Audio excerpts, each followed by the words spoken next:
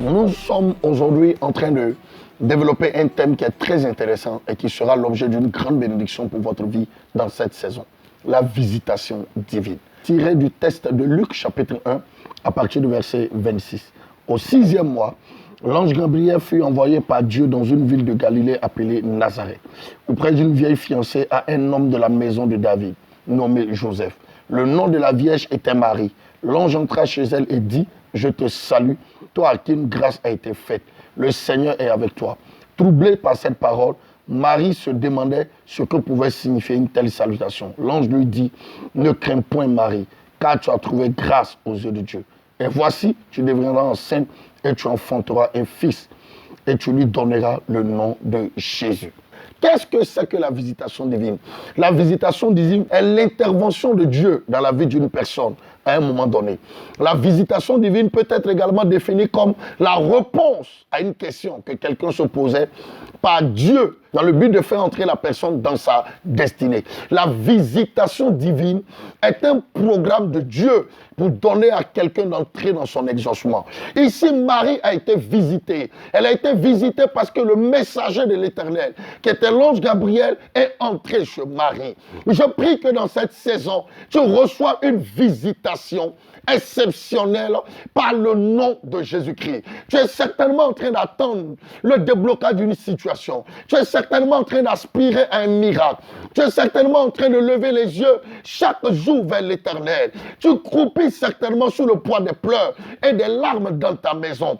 Je peux venir te dire, Marie, contre toute attente, Marie ne s'imaginait pas, Marie ne pensait même pas, Marie ne pouvait même pas se rendre compte qu'elle porterait le Messie, le sauveur de l'humanité. Et la Bible dit, c'est chez elle que l'ange est entré. Une bonne nouvelle frappera à ta porte dans cette saison par le nom de Jésus-Christ. Par l'ange est entré, l'ange l'a salué. La salutation de l'ange à l'endroit de Marie était simplement le symbole de félicitation. Je dis à quelqu'un, félicitations. Comment est-ce que nous pouvons donner à la visitation de Dieu de se tourner vers nous? C'est d'abord recevoir et accepter les promesses et les prophéties que l'Éternel nous a données. Vous avez besoin de les accepter.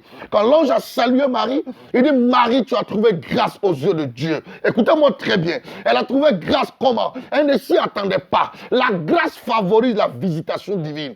C'est pourquoi vous devez prier chaque jour pour activer la grâce dans votre vie. La deuxième des choses, l'ange lui donne la prophétie et l'ange lui dit: je te salue, toi à qui une grâce a été faite. Quand l'ange dit: je te salue, l'ange était en train de dire à Marie: félicitations. Mais vous voyez que la félicitation, le fait de féliciter Marie, le miracle n'était pas encore. C'est une manière de rendre grâce à Dieu. Rendre grâce à Dieu favorise la visitation. Donc la première clé qui favorise la visitation, c'est la grâce divine.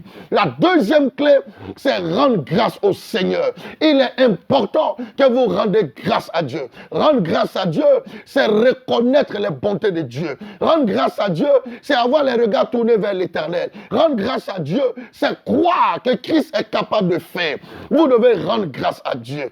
En rendant grâce à Dieu, vous démontrez au Seigneur que vous avez confiance en lui. En rendant grâce au Seigneur, vous démontrez au Seigneur que votre foi est basée sur lui. Et l'Éternel sera à mesure de vous visiter de manière exceptionnelle. La troisième chose que nous devons comprendre, l'ange lui dit: Marie, tu as trouvé grâce aux yeux de Dieu, tu deviendras enceinte. Vous voyez l'annonce de ce miracle. Il y a quelque chose que nous devons comprendre. Lorsque Dieu veut vous visiter, il utilisera les canaux qu'il veut. Il utilisera les connexions qu'il veut. Dans ce cas précis de visitation, Dieu a utilisé un ange. Ce fut la manifestation du surnaturel. Il y a des personnes, certainement, qui dans leur saison de visitation, ont les regards rivés vers des personnes. Ont les regards fixés vers des personnes. C'est une bonne chose. Mais par moment, savoir que l'Éternel puisse utiliser des canaux pour nous bénir. Mais il y a des cas où Dieu fera l'exception. Le cas de Marie fut une exception. Je prie que ton cas soit une exception. Que l'Éternel fasse de ta vie une exception. Je vois Dieu disposer de bonnes connexions à ton endroit pour être une bénédiction pour toi. La troisième des choses qui a favorisé cette visitation, c'est l'alliance dans laquelle Joseph était. Joseph était un homme de la maison de David. David qui lui avait une alliance avec Dieu. Et le fait que Marie était connectée à Joseph a activé l'alliance que l'Éternel avait promis à David en disant le sceptre et le trône ne s'éloignera jamais de la maison de David. Vous comprenez que la personne à qui souvent vous êtes connecté peut définir le genre de miracle que vous recevez. Marie était bien connectée et elle a été visitée. Je prie dans cette saison que l'Éternel te visite, qu'il te visite par une bonne nouvelle, qu'il te visite par un miracle, qu'il te visite par une promotion, qu'il te visite par une gloire, qu'il te visite par une faveur exceptionnelle. Tu es sur le point de l'expérimenter. Comment est-ce que nous pouvons entrer dans cette saison? La première des choses, discernez votre saison de visitation.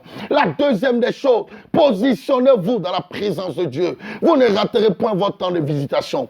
Et la troisième des choses, sachez vous connecter afin que vous ne ratiez point votre visitation divine. Je prie que Dieu te visite de manière exceptionnelle. Récapitulatif.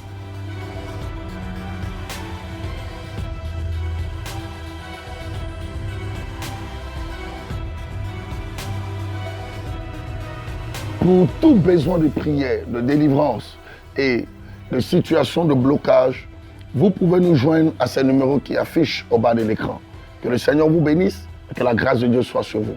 À l'Académie des champions, nous formons des champions pour la gloire de Jésus-Christ, notre Seigneur et Sauveur.